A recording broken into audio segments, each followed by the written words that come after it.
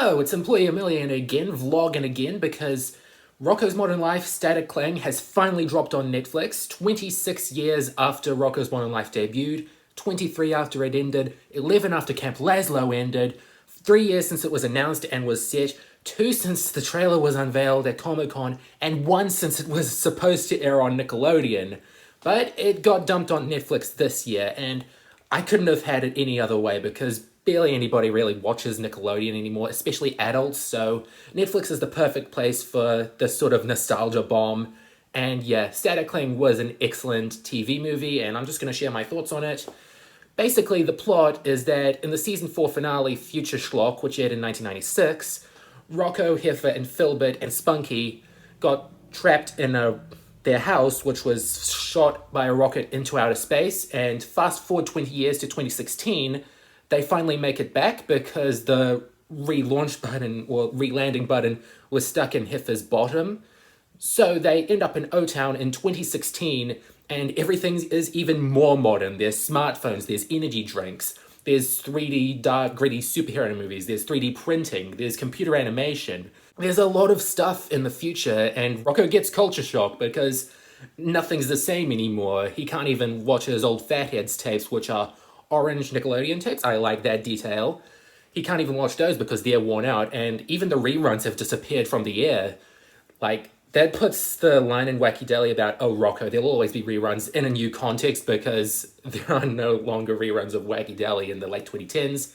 So he has to find a way to get the Fatheads back on TV, and to do that, he has to find Ralph Bighead, who's gone missing after he left O-Town a couple years ago. While this is going on, Ed Bighead has had a very successful past 20 years because Rocko was his bad luck charm, and he's near the top of Conglomo, but when Rocko comes back, Conglomo crashes down again. That is great, and now he has as good a reason as any to revive the Fatheads because that made Conglomo a lot of money in the 90s.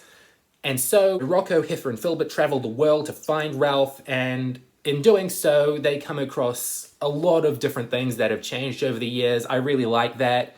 I do like the updated themes about how change is good when it's progressive, and I really do like the modern HD digital animation, which allows for some different things, some grosser shots, and it also makes Rocko's skin color a bit more pink. I don't know. I know Joe Murray hated when he had to make Rocko beige, so I guess they made him a brighter skin color to make him less peeved about that. And now we're getting into spoiler warning, because there is some stuff in this special that you might have heard on the news already, but it is good to just address them in this video. So if you haven't seen the special yet, which I highly recommend you do, watch that and then come back to this video, because, spoiler warning, Ralph Bighead is transgender now. He is now Rachel Bighead, and this was a bit of a shock to me because, well, transgender rights and issues have blown up in the past 4 or 5 years, especially since like 2015 when fourth wave feminism came in, and I think that this is actually a pretty decent change. I know people are going to be mad about it, and I know people are going to be absolutely happy about it, but it is pretty funny. I'm not laughing at Rachel, I'm laughing with her because he still has that deep Joe Murray voice, and that is a really good touch. And I do really like how Ed Bighead has to accept his now daughter's change, and how that relates to Rocko's change, and how he can't watch his favorite show anymore.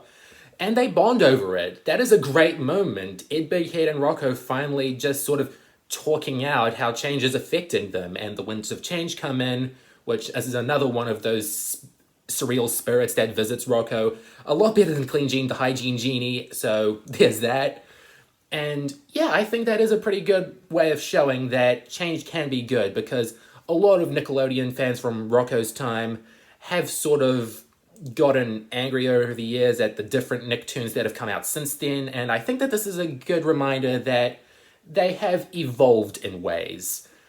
And Rachel is inspired by just how much he used to love his parents, that he makes a new cartoon, a revival, that depicts him as a baby fathead for the parent fatheads, and that gets a lot of acclaim. I struggle to really get it, because adding because adding babies to cartoons like Flurry Heart, Scrappy Doo, Poof from Fairly Odd Parents, it doesn't work out, and fans are going to get angry, but I think this is a good example of how creator-driven animation is good, because that is what this is about. Rachel made this cartoon, this new version of the Fatheads, from the bottom of her heart, and that is beautiful.